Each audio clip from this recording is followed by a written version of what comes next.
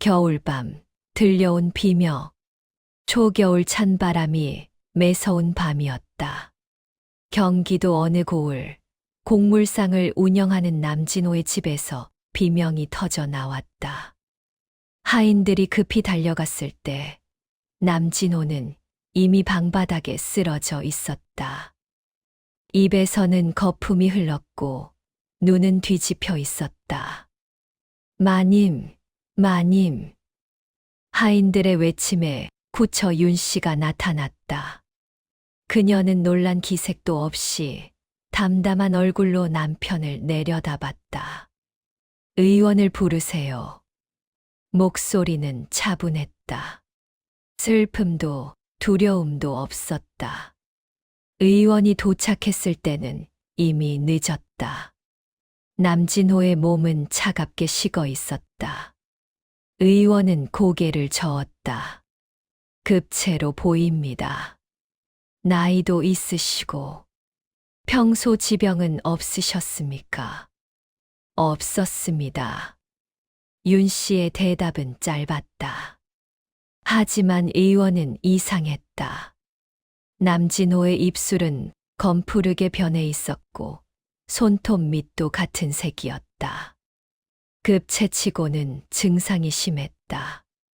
그러나 윤 씨의 차가운 눈빛 앞에서 의원은 더 이상 묻지 않았다. 장례 준비는 빠르게 진행됐다.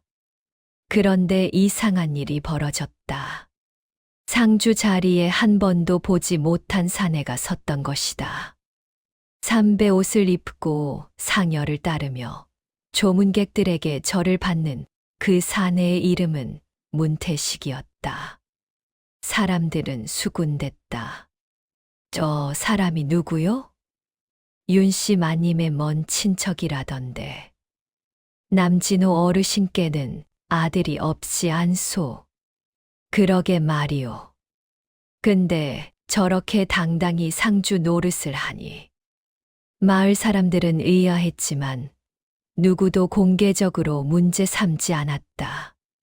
장례는 조용히 치러졌고 남진호의 시신은 가문 묘역에 묻혔다. 그리고 그날 밤 윤 씨는 문태식과 나란히 대청마루에 앉아 있었다. 이제 끝났소. 윤 씨가 말했다. 아직 아니요. 혼인서부터 정리해야 하오. 문태식의 목소리는 낮고 단단했다. 두 사람의 시선이 마주쳤다. 그 눈빛 속에는 슬픔 대신 계획이 들어 있었다. 며칠 뒤 집안 곳곳에서 이상한 일들이 일어나기 시작했다. 남진호가 아꼈던 문서함이 열려 있었고 장롱 속 비단 보자기가 사라졌다. 재산 목록이 적힌 문서도 어디론가 옮겨졌다. 하인들은 불안했지만 입을 다물었다. 윤 씨가 무서웠기 때문이다. 그리고 문태식은 이미 이 집의 주인처럼 행동하고 있었다. 곳간 열쇠를 차고 하인들에게 명을 내리고 남진호의 옷까지 입기 시작했다. 마을 사람들은 속삭였다. 뭔가 이상하지 않소. 저 사내 어디서 온 건지도 모르는데. 윤 씨 마님도 눈물 한 방울 안 흘리더니. 그러나 아무도 나서지 않았다. 남의 집 일에 끼어들 이유가 없었기 때문이다. 그렇게 겨울은 깊어졌고 남진호의 집은 점점 더 이상한 기운으로 가득 차기 시작했다. 그리고 그 집 장독대 뒤에서는 밤마다 낮은 목소리가 오갔다. 문태식이 처음 이 집에 나타난 건 2년 전이었다. 당시 남진호는 전철을 여의고 홀로 지내던 참이었다. 자식이 없어 쓸쓸해하던 그에게 윤 씨가 중매로 들어왔다. 윤 씨는 양반가 출신이라 했지만 자세한 내력을 아는 사람은 없었다. 혼인 후 석 달쯤 지났을 때였다. 있었다. 윤 씨가 말했다.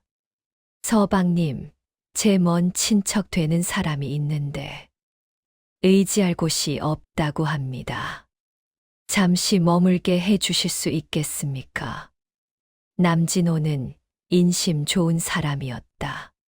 그러시오. 빈 방도 많은데 뭐. 그렇게 문태식이 들어왔다. 처음엔 조용했다. 말수도 적고 예의도 바르고 집안일도 거들었다. 남진호는 그를 마음에 들어 했다.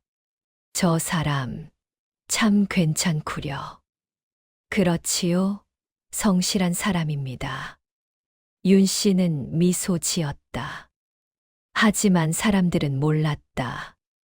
문태식과 윤 씨가 밤마다 사랑채 뒤편에서 만나고 있다는 것을. 조금만 참아요. 때가 오면. 알고 있소. 서두르지 마시오. 그들의 대화는 항상 짧고 조심스러웠다. 시간이 흐르면서 문태식의 행동은 점점 대담해졌다. 남진호가 외출하면 그는 안방까지 들어갔다. 장롱을 뒤지고 서류를 꺼내보고 재산 목록을 외웠다. 윤 씨는 문 앞에서 망을 봤다. 곡물 창고 3곳, 논 15마지기, 밭 8마지기. 문태식은 중얼거리며 숫자를 외웠다. 금은 보화는 장롱 아래 서랍에. 그의 눈빛은 탐욕으로 가득했다.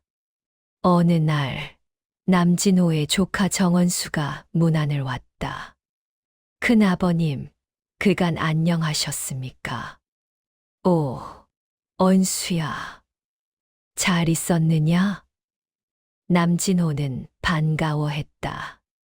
정원수는 멀리 사는 터라 자주 오지 못했지만 남진호가 유일하게 혈육으로 여기는 조카였다. 차를 마시던 중 정원수가 물었다. 그런데 사랑채에 계신 분은 누구십니까? 아, 태식이 말이냐? 아내 쪽 친척이라네. 의지할 곳이 없어 머물게 했지. 친척이라면 윤 씨 마님과는 어떤 관계입니까? 글쎄, 먼 친척이라던데. 자세히는 나도 모르네. 정원수의 눈빛이 날카로워졌다. 뭔가 석연치 않았다. 그날 저녁 정원수는 몰래 문태식을 지켜봤다. 문태식은 윤 씨와 장독대 뒤에서 만났다. 두 사람은 서로의 손을 잡았다. 친척 사이의 손길이 아니었다. 재산 문서 확인했소. 다 봤소. 생각보다 많더군. 혼인서만 처리하면 돼요. 그건 어디 있소? 큰방 벽장 안, 비단 보자기에 쌓여 있소. 정원수는 숨을 죽였다. 혼인서. 왜 그들이 윤 씨의 혼인서를 찾는 걸까? 다음 날 새벽 정원수는 남진호를 찾아갔다. 큰아버님, 말씀드릴 게 있습니다. 무슨 일이냐? 문태식과 윤 씨 마님. 뭔가 이상합니다. 남진호의 얼굴이 굳었다. 무슨 소리냐? 어젯밤 제가 직접 봤습니다. 두 사람이. 그때였다. 윤 씨가 문을 열고 들어왔다. 무슨 이야기를 그리 심각하게 하십니까? 그녀의 목소리는 차가웠다. 정원수는 입을 다물었다. 윤 씨의 눈빛에는 경고가 담겨 있었다. 아무것도 아니요. 언수가 그냥. 남진호가 얼버무렸다. 윤 씨는 천천히 웃었다. 조카분께서 먼 길 오셨는데 제가 식사 준비를 해드려야겠네요. 그녀는 돌아서 나갔다. 정원수는 그날 점심을 먹지 않았다. 불안했기 때문이다. 그리고 그날 밤, 남진호가 갑자기 쓰러졌다.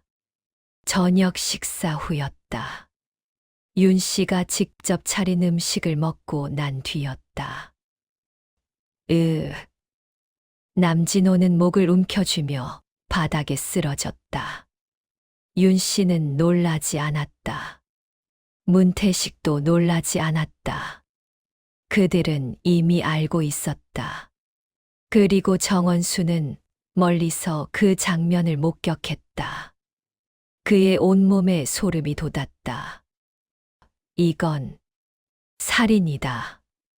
남진호의 장례식장은 조문객들로 붐볐다. 고을에서 손꼽히는 부자의 죽음이었다. 곡물상을 오랫동안 운영하며 많은 사람들과 거래했던 터라 문상객의 발길이 끊이지 않았다. 그런데 모두가 이상하게 여긴 것이 있었다. 상주가 낯선 사람이었다는 것. 저분이 누구요? 윤 씨 마님의 친척이라던데. 남진호 어르신께 아들이 있었소? 아니, 없었소. 전처 소생도 없고 윤 씨와의 사이에도 수군거림이 퍼졌다. 문태식은 삼배옷을 입고 상주석에 앉아 있었다. 그는 조문객들의 절을 받으며 마치 진짜 아들인 것처럼 행동했다. 고인의 명복을 빕니다. 감사합니다. 목소리는 차분했고 태도는 의젓했다. 조문객들은 의아했지만 묻지 않았다. 장례식장에서 시비를 걸 수는 없는 일이었다. 하지만 정원술은 달랐다. 그는 문태식 앞에 섰다. 당신은 누구요? 문태식이 천천히 고개를 들었다. 나는 문태식이요. 고인의 뭐요? 아들도 아니면서 왜 상주 자리에 앉아 있소? 주변이 조용해졌다. 사람들이 모두 이쪽을 쳐다봤다. 윤 씨가 재빨리 끼어들었다. 조카분, 지금 무슨 실례를 하십니까? 장례식장에서. 실례는 당신들이 하고 있소. 정원수의 목소리가 커졌다. 남진호 어르신께는 아들이 없소. 그런데 저 사람이 왜 상주 노릇을 하는 거요? 혈육도 아닌 사람이. 태식 씨는 제 친척이고 고인께서 생전에 아들처럼 여기셨습니다. 윤 씨의 목소리는 차가웠다. 아들처럼 여겼다고 상주가 되는 게 아니요. 법도가 있는 거요. 그럼 당신이 상주를 하시겠다는 겁니까? 1년에 한 번도 찾아오지 않던 조카분께서. 윤 씨의 말에 정원수는 할 말을 잃었다. 사실이었다. 그는 멀리 살았고 자주 찾아오지 못했다. 문태식이 입을 열었다. 정 그러시다면 관에 여쭤보시지요. 내가 상주 자격이 있는지 없는지.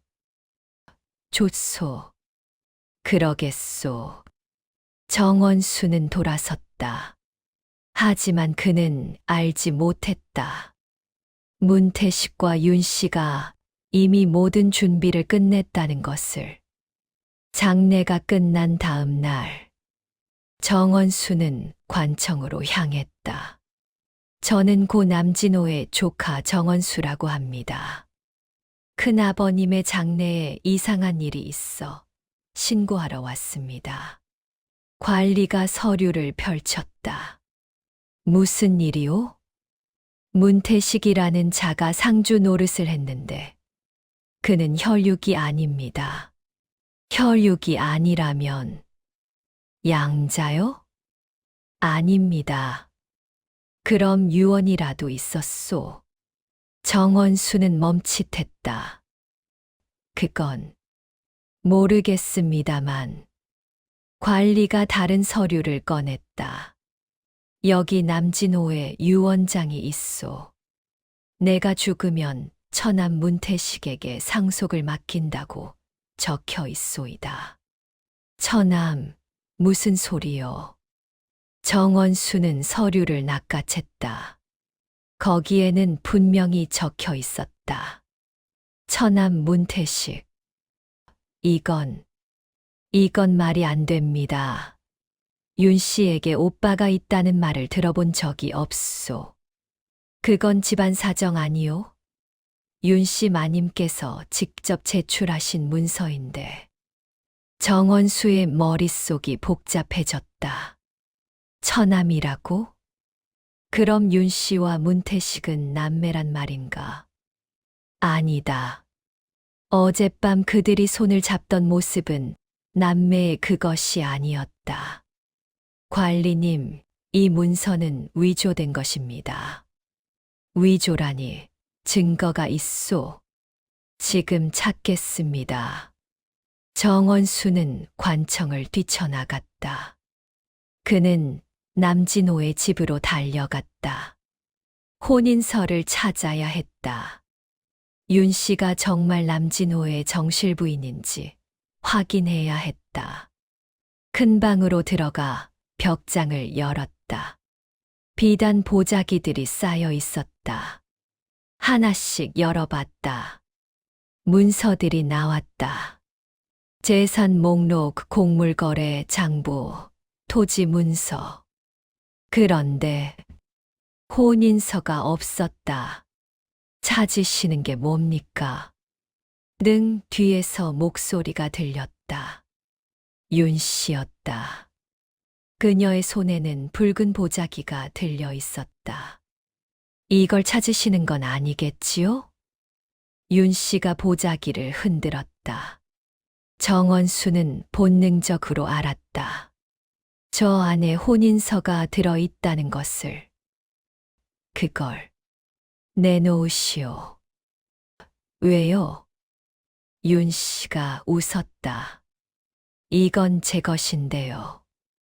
당신이 정말 큰아버님과 정식으로 혼인했는지 확인해야겠소. 의심하시는 겁니까? 윤 씨의 목소리가 차갑게 식었다. 혼인서를 보여주시오. 싫은데요. 그녀는 보자기를 품에 안았다. 정원수가 다가서려는 순간 문태식이 나타났다. 여기서 뭐 하시오? 그의 덩치는 컸고 목소리는 낮았다. 정원수는 뒤로 물러섰다. 당신들 뭔가 숨기고 있소. 집안일에 끼어드시는 겁니까? 문태식이 한 걸음 다가섰다. 여긴 이제 우리 집이요. 나가시오. 우리 집이라니. 당신은 처남이라며. 그렇소. 처남이니 상속받을 권리가 있소. 정원수는 이를 악물었다. 증거가 없었다. 혼인서도 유언장의 진위도 확인할 수 없었다. 그는 천천히 뒤로 물러났다. 두고 보시오. 반드시 진실을 밝히겠소. 마음대로 하시오. 윤 씨가 차갑게 웃었다.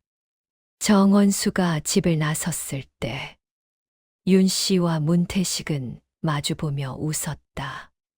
생각보다 끈질기군. 상관없소. 증거는 이미 다 없앴으니. 윤 씨가 붉은 보자기를 들어 올렸다. 이것만 태우면 끝이오. 그날 밤 장독대 뒤에서 연기가 피어올랐다. 혼인서가 불타고 있었다. 그 안에는 놀라운 진실이 적혀 있었다. 윤 씨는 남진호의 정실이 아니었다. 그녀는 첩도 아니었다. 그쳐 함께 산 여자였을 뿐 정식 혼인은 없었다. 문서는 재가 되어 바람에 흩어졌다. 그리고 윤 씨는 중얼거렸다. 이제 아무도 모를 거요. 하지만 그녀는 몰랐다. 한 사람이 더 진실을 알고 있다는 것을. 붉은 불꽃이 어둠 속에서 춤을 췄다. 장독대 뒤 윤 씨와 문태식은 혼인서가 타는 것을 지켜봤다. 종이가 오그라들며 검게 변했고 곧 재로 변해 바람에 날렸다. 이제 끝이요. 문태식이 말했다. 아직 아니요. 정원수가 계속 캐고 들 거요. 증거가 없는데 뭘 어쩌겠소. 그래도 조심해야 하오. 저 사람 눈빛이 심상치 않았소. 윤 씨의 목소리에는 불안이 섞여 있었다. 바로 그때였다. 장독 사이에서 작은 움직임이 있었다. 쥐가 아니었다. 사람이었다. 남진호 집에서 일하던 늙은 하인, 김만석이었다. 그는 30년 넘게 이 집에서 일했다. 남진호를 주인으로 섬기고 집안 구석구석을 누구보다 잘 아는 사람이었다. 김만석은 숨을 죽이고 있었다. 그는 모든 것을 들었다.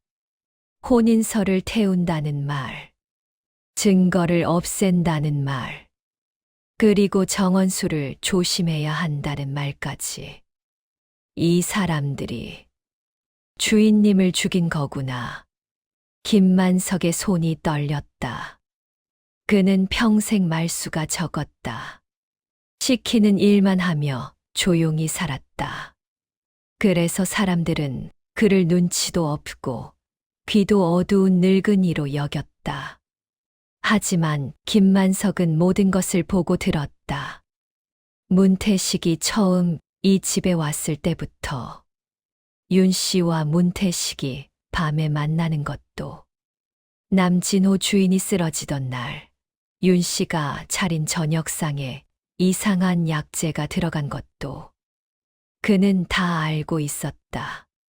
하지만 말하지 못했다. 무서웠기 때문이다.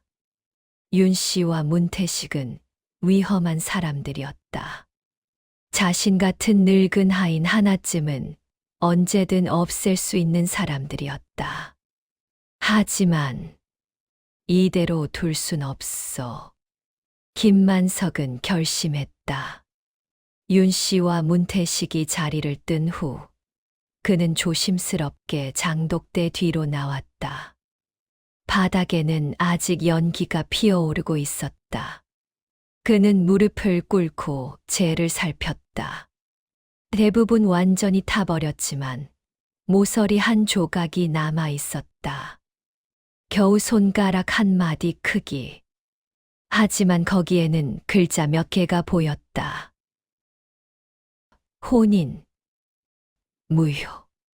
김만석은 그 조각을 조심스럽게 주워 품에 넣었다. 작지만 증거였다. 다음 날 새벽, 김만석은 몰래 집을 빠져나왔다. 그가 향한 곳은 정원수가 머물고 있는 주막이었다. 정원수는 밤새 잠을 이루지 못했다. 큰아버지의 죽음, 문태식과 윤 씨의 수상한 행동, 사라진 혼인서. 모든 것이 머릿속을 맴돌았다. 나리. 문 밖에서 낮은 목소리가 들렸다. 정원수가 문을 열자 김만석이 서 있었다. 당신은 큰 댁에서 일하는 김만석이라 하옵니다. 무슨 일로? 김만석은 주변을 살폈다.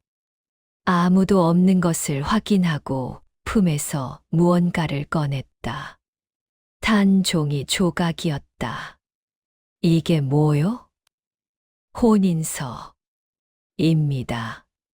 정원수의 눈이 커졌다. 혼인서라고?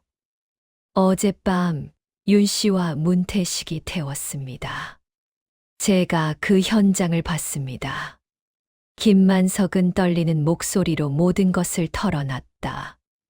문태식이 집에 온 경위, 밤마다 둘이 만나던 일, 남진호가 쓰러지던 날의 이상한 음식, 그리고 어젯밤 혼인서를 태우던 장면까지. 정원수는 말없이 들었다. 분노가 치밀어 올랐다. 왜 진작 말하지 않았소? 두려웠습니다. 저 같은 하인이 무슨 힘이 있겠습니까? 김만석의 눈에 눈물이 맺혔다. 하지만 주인님을 그렇게 보낼 수는 없었습니다. 30년을 모신 주인님인데.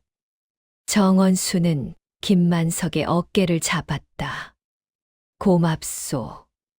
용기 내주셔서. 이 조각만으로 충분하겠습니까? 충분하오. 이것만 있어도 조사를 다시 시작할 수 있소. 정원수는 종이 조각을 조심스럽게 펼쳤다. 혼인이라는 글자 뒤에 무효라는 글자가 희미하게 보였다. 혼인 무효. 그 말은 하나였다.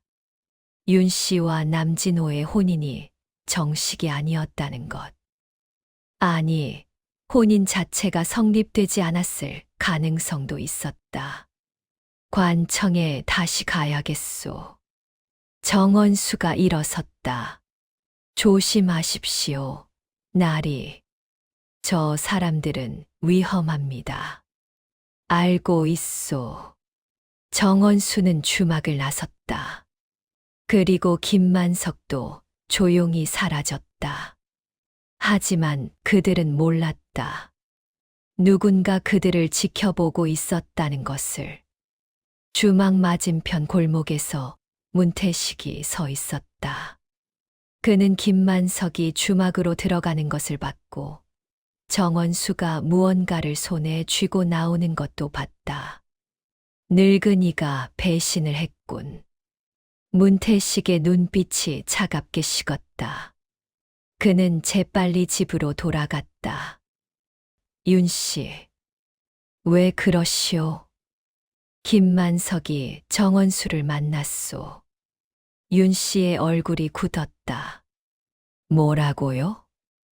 어젯밤 장독대 뒤에 누가 있었던 것 같소. 김만석이 뭔가를 갖다 준 것 같소. 혼인서 조각. 윤 씨의 목소리가 떨렸다. 완전히 타지 않았나 봅니다. 문태식이 주먹을 쥐었다. 김만석을 처리해야 하오. 어떻게요? 사고로 만들면 돼요. 윤 씨는 잠시 망설였다. 하지만 이미 돌아갈 수 없는 길이었다. 알겠습니다.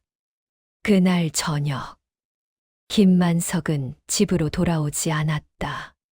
김만석이 사라진 것은 그날 저녁이었다. 주막에서 정원수를 만난 후 그는 집으로 돌아가는 길에 모습을 감췄다. 다음 날 아침 마을 사람들이 그를 발견한 곳은 집 뒤편 우물가였다. 물에 빠져 죽어 있었다. 늙으신 분이 밤에 우물가에 가셨다가 발을 헛디뎌 빠지신 모양이요. 사람들은 사고사로 여겼다. 하지만 정원수는 달랐다. 그는 김만석의 시신을 보자마자 알았다. 등 뒤에 선명한 타박상이 있었고 손톱 밑에는 누군가의 살점이 끼어 있었다. 싸우다 죽었다. 김만석은 살해당한 것이다. 정원수는 즉시 관청으로 달려갔다. 김만석은 살해당했습니다. 조사해 주십시오.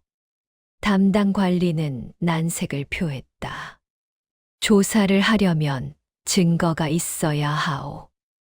목격자라도 있소. 제가 어제 그를 만났습니다.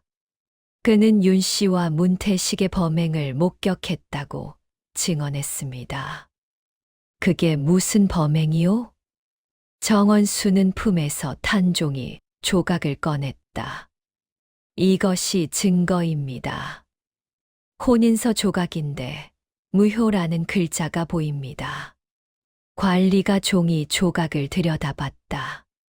글자는 희미했지만 확실히 혼인과 무효라는 단어가 보였다. 이것만으로는 부족하오. 그럼 어떻게 해야 합니까? 더 확실한 증거가 필요하오. 원본 문서나 다른 증인이라도. 정원수는 이를 악물었다. 김만석은 죽었다. 혼인서는 불탔다. 이제 남은 것은 이 작은 조각뿐이었다. 하지만 포기할 수 없었다. 관리님, 남진호의 사망 원인을 다시 조사해 주십시오. 사망 원인은 이미 급체로 판명났소. 아닙니다. 그날 윤 씨가 차린 음식에 독이 들어 있었을 겁니다. 관리의 눈빛이 변했다. 독살이라. 심각한 혐의요. 조사만 해 주십시오. 부탁드립니다.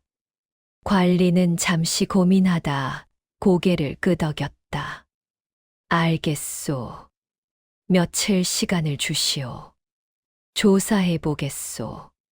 정원수는 안도의 한숨을 쉬었다. 하지만 시간이 문제였다. 윤 씨와 문태식은 이미 집안의 재산을 정리하기 시작했다. 곡물 창고는 팔렸고 논과 밭도 하나씩 다른 사람 명의로 넘어가고 있었다. 서두르지 않으면 정원수는 다시 남진호의 집으로 향했다. 이번에는 몰래 들어갔다. 한밤중 담을 넘어 안으로 들어간 그는 부엌으로 향했다. 남진호가 마지막으로 먹었던 음식이 차려졌던 곳. 혹시 남은 약재라도 있을까 싶었다. 부엌 찬장을 뒤지던 중 그는 이상한 것을 발견했다.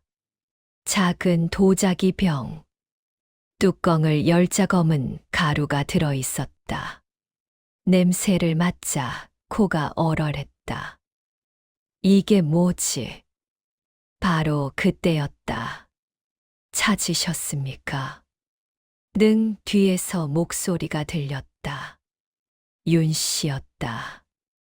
그녀 옆에는 문태식이 서 있었다. 한밤중에 남의 집에 몰래 들어오시다니. 도둑이십니까? 윤 씨의 목소리는 차가웠다. 정원수는 도자기 병을 꽉 쥐었다. 이게 뭡니까? 약재요. 주인 어른 드시라고 제가 준비했던 거요. 어떤 약재요? 몸을 보하는. 거짓말 마시오. 정원수가 소리쳤다. 이건 독약이요. 당신들이 큰아버님을 독살한 증거요. 문태식이 한 걸음 다가섰다. 증거라. 그 병 하나로? 이걸 조사하면 다 밝혀질 거요. 정원수는 병을 품에 넣고 뒤로 물러섰다. 문태식이 웃었다. 도망칠 생각이요. 여긴 우리 집인데. 비켜주시오. 정원수는 부엌 문으로 달려갔다. 하지만 문태식이 더 빨랐다. 그는 정원수의 팔을 붙잡았다. 놔주시오. 두 사람이 몸싸움을 벌였다. 정원수는 힘으로 문태식을 당해낼 수 없었다. 문태식은 덩치가 컸고 힘도 셌다. 이 병을 내놓으시오. 문태식이 정원수의 손목을 비틀었다. 고통에 정원수의 손이 열렸고 도자기 병이 바닥으로 떨어졌다. 찰칵. 병이 깨졌다. 검은 가루가 바닥에 흩어졌다. 아. 정원수의 얼굴이 절망으로 물들었다. 마지막 증거마저 사라진 것이다. 윤 씨가 차갑게 웃었다. 이제 아무것도 남지 않았군요. 당신들 반드시 벌을 받을 거요. 정원수가 떨리는 목소리로 말했다. 문태식이 그의 멱살을 잡았다. 관청에 가서 떠들어 보시오. 누가 믿겠소? 증거도 없이? 그는 정원수를 바깥으로 내던졌다. 정원수는 바닥에 굴렀다. 다시는 이 집에 발도 들이지 마시오. 문이 쾅 닫혔다. 정원수는 주먹으로 땅을 쳤다. 분했다. 김만석은 죽었고 혼인서는 불탔고 독약병은 깨졌다. 이제 남은 것은 탄종이 조각 하나뿐이었다. 이것만으로 충분할까? 절망감이 밀려왔다. 하지만 그때였다. 어둠 속에서 누군가 다가왔다. 나리.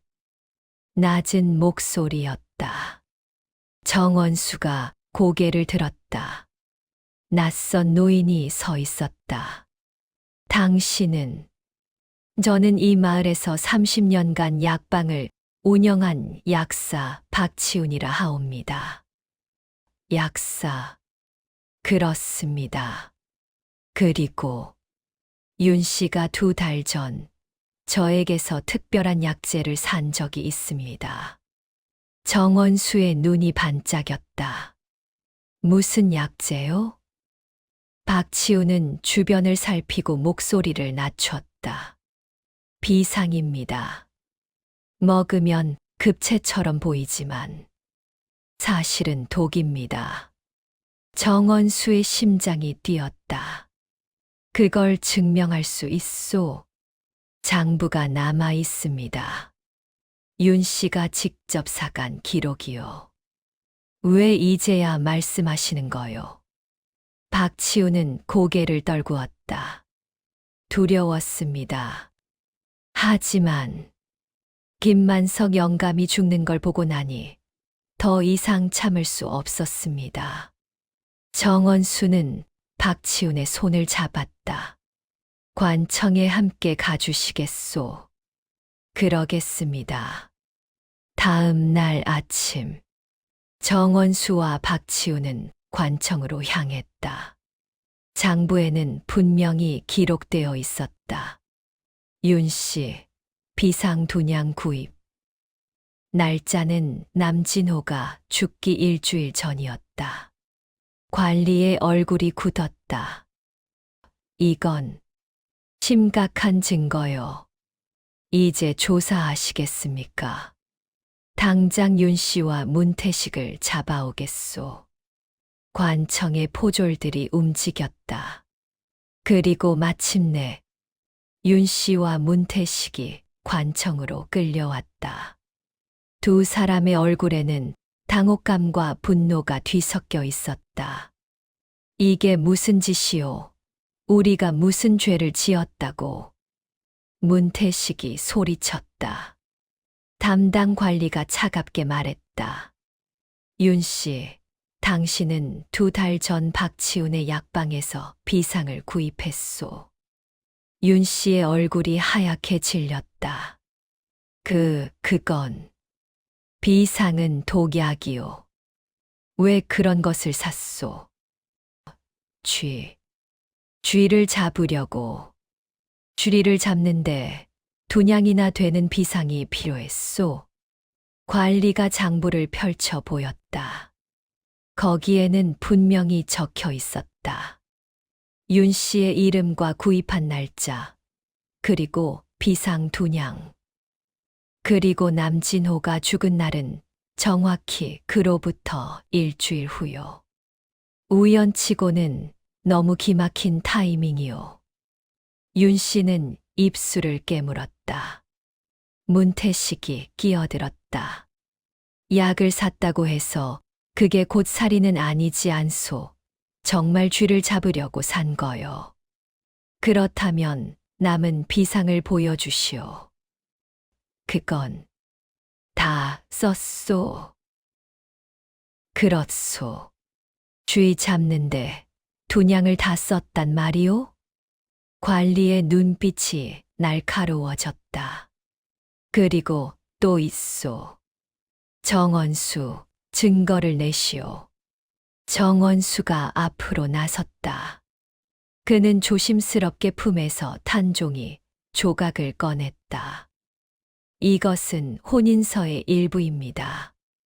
윤 씨와 문태식이 사흘 전 밤 장독대 뒤에서 태운 것을 김만석이 목격했습니다.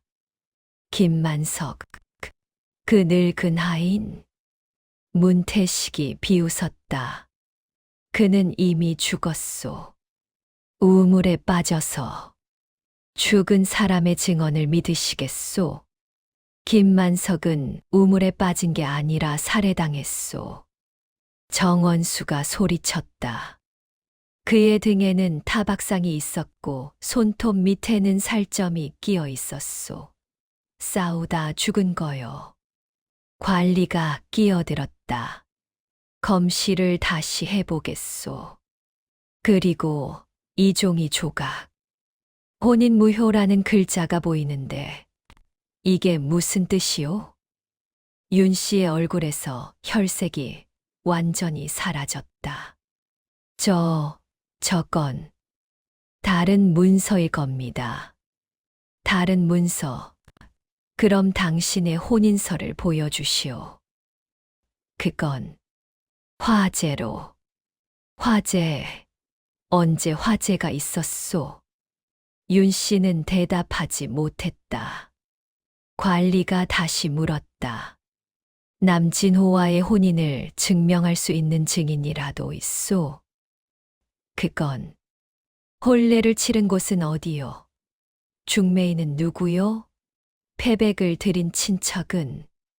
질문이 쏟아졌다.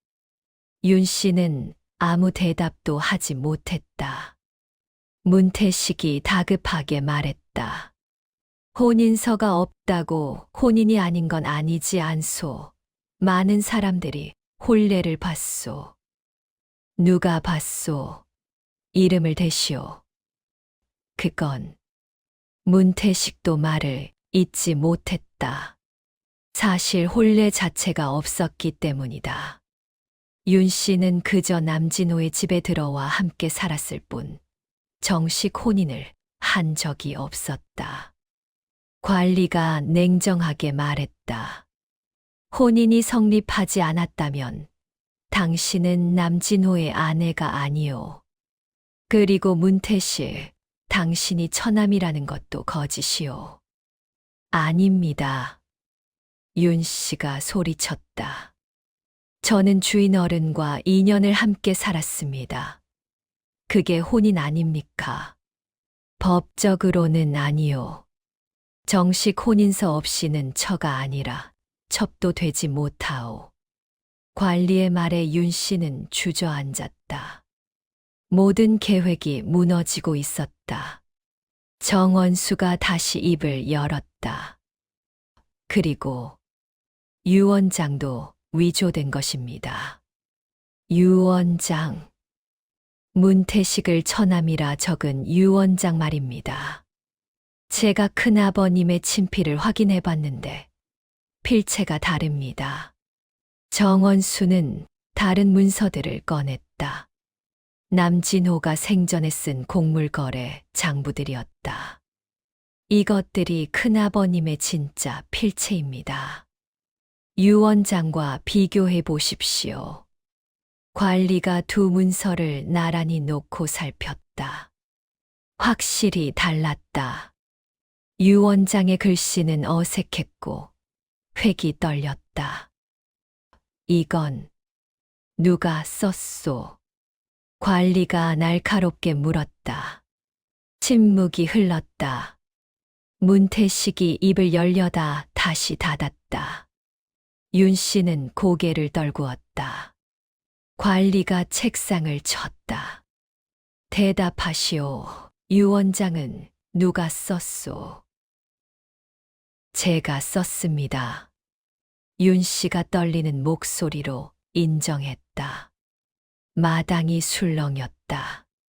주인 어른이 돌아가신 후 재산이 흩어질까봐. 그래서 유 원장을 위조했단 말이오? 윤 씨는 대답하지 못했다. 관리가 포졸들에게 명했다. 이 두 사람을 가두시오.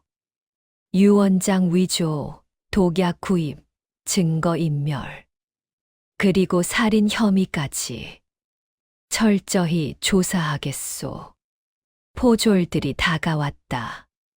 문태식이 버둥거렸다. 이건 억울한 누명이오.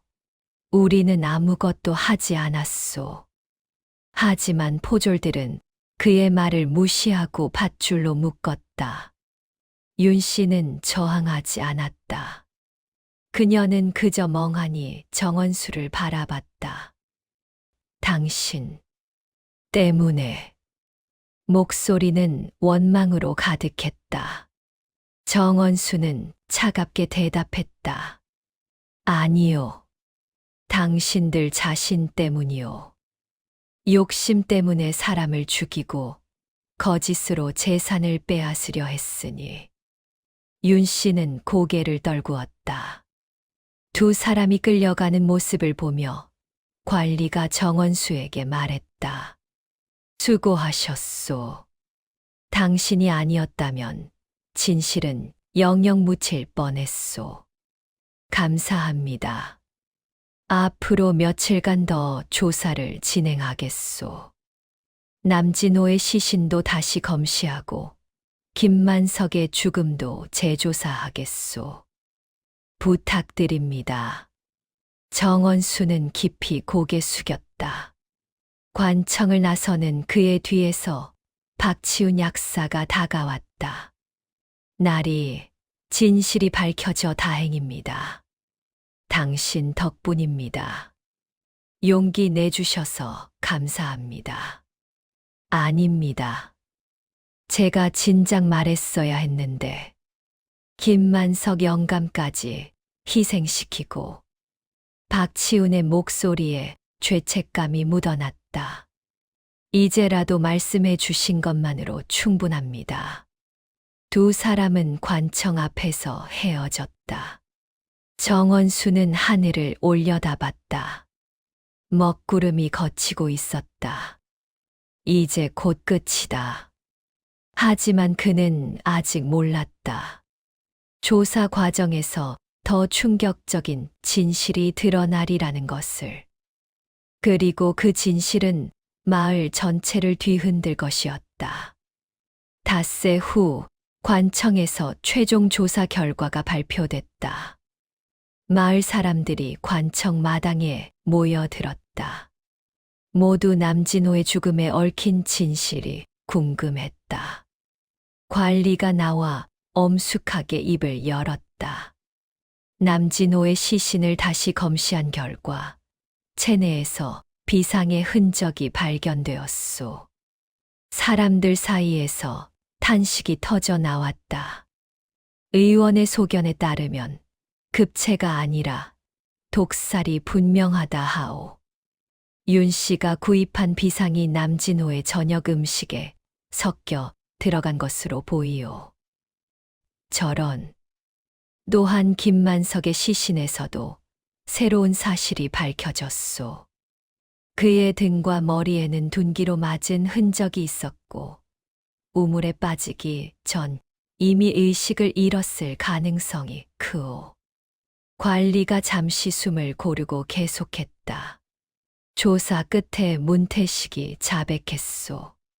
그가 김만석을 뒤에서 쳐서 기절시킨 뒤 우물에 빠뜨렸다고 하오. 군중들 사이에서 분노의 목소리가 터졌다. 저런 악당들이 사람을 2명이나 죽이다니. 관리가 손을 들어 정숙을 요구했다. 더 충격적인 사실이 있소. 마당이 조용해졌다. 윤 씨와 문태식은 남매가 아니오. 그들은 부부였소. 뭐라고? 사람들이 술렁였다. 5년 전 윤 씨와 문태식은 다른 고을에서 혼인했소. 하지만 가난했고 빚에 쪼들렸소. 그러다 남진호라는 부유한 호랍이 소문을 듣고 계획을 꾸몄소. 관리는 조사 기록을 펼쳤다.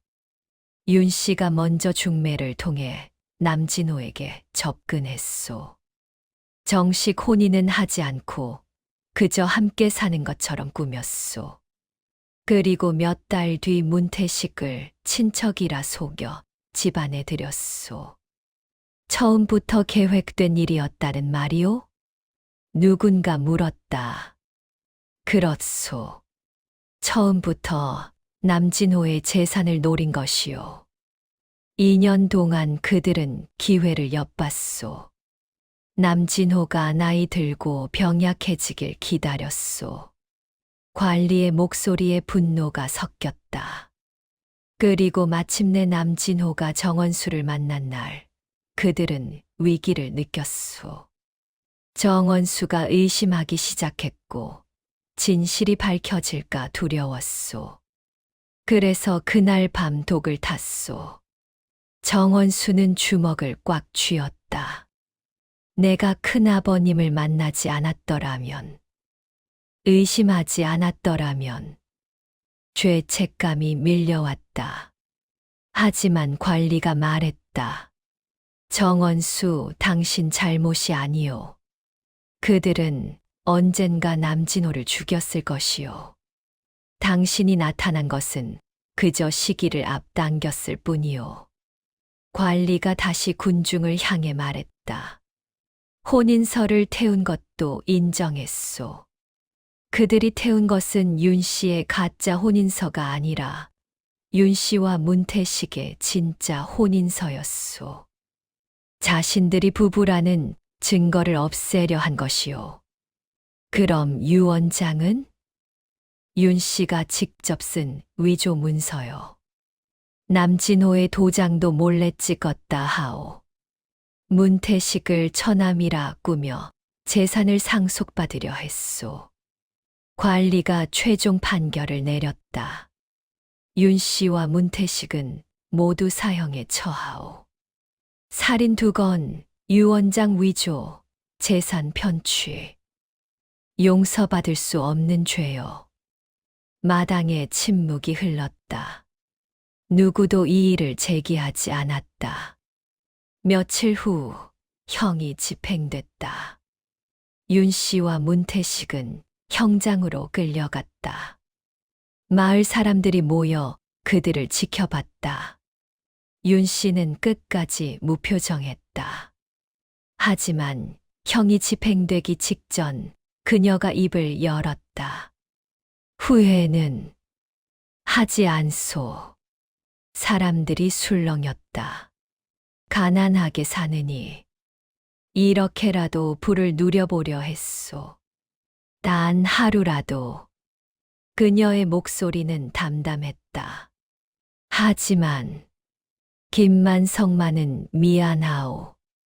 그는 죄가 없었는데 그것이 그녀의 마지막 말이었다. 문태식은 아무 말도 하지 않았다. 그저 하늘을 올려다볼 뿐이었다. 형이 집행됐다. 2 사람의 시신은 공동묘지에 묻혔다. 이름도 새기지 않은 채 정원수는 남진호의 집으로 돌아갔다. 텅 빈 집이었다. 재산은 모두 정원수에게 상속됐다. 남진호의 유일한 혈족이었기 때문이다. 하지만 정원수는 기쁘지 않았다. 그는 장독대 앞에 오래 섰다. 김만석이 마지막으로 숨어 있었던 곳. 혼인서가 불탔던 곳. 사람들은 가장 가까운 곳에 숨는구나. 정원수는 깨달았다. 윤 씨와 문태식도 그랬다. 그들은 남진호 바로 곁에 있었다. 가장 가까운 곳, 가장 믿을 만한 위치에 숨어서 그를 죽였다. 진실도 그랬다. 가장 가까운 곳에 있었지만 아무도 보지 못했다. 정원수는 집을 팔기로 했다. 이곳에서는 더 이상 살 수 없었다. 너무 많은 죽음과 거짓이 스며든 곳이었다. 그는 큰아버지의 묘소를 찾아가 절을 올렸다. 큰아버님, 이제 편히 쉬십시오. 진실은 밝혀졌습니다. 바람이 불어왔다. 나무잎이 흔들렸다. 마치 대답하는 것 같았다. 정원수는 천천히 자리에서 일어났다. 그리고 마을을 떠났다. 그 후로 마을에는 이상한 관습이 생겼다. 장례가 나면 사람들은 상주가 누구인지부터 유심히 살폈다. 저 사람이 진짜 아들이 맞나? 혈육이 확실한가? 의심이 먼저였다. 남진호의 사건은 마을 사람들에게 깊은 상처를 남겼다. 가장 가까운 사람도 믿을 수 없다는 것. 욕심은 사람을 괴물로 만든다는 것. 그리고 진실은 때때로 너무 늦게 밝혀진다는 것. 겨울이 지나고 봄이 왔다. 남진호의 빈집 앞에 새로운 가족이 이사를 왔다. 그들은 장독대를 새로 만들었다. 하지만 마을 노인들은 그 집을 지날 때마다 고개를 저었다. 저 집에선 내 사람이 죽었지. 욕심 때문에 죽이고 들켜서 죽고 저주받은 집이야. 이야기는 세월이 흘러도 사라지지 않았다. 어른들은 밤이면 이 이야기를 꺼냈다. 경고처럼, 교훈처럼. 재산 앞에서는 가족도 없다더군. 욕심은 사람을 눈멀게 하지. 그래서 항상 조심해야 해. 가장 가까운 사람을.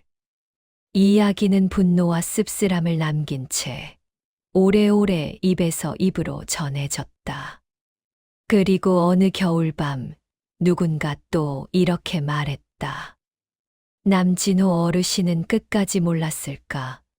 자기를 죽이는 게 바로 곁에 있던 사람들이란 걸. 대답은 없었다. 다만 찬바람만이 장독대 사이를 지나갔다. 마치 죽은 자의 한숨처럼. 오늘의 이야기는 여기까지입니다. 가장 무서운 적은 언제나 가장 가까이에 숨어 있습니다. 욕심은 사람을 속이고 진실은 늘 늦게 모습을 드러나죠. 이런 이야기들이 의미 있었다면 구독과 좋아요로 함께 해주세요. 다음 이야기에서도 끝까지 밝혀지는 진실로 돌아오겠습니다. 시청해 주셔서 감사합니다.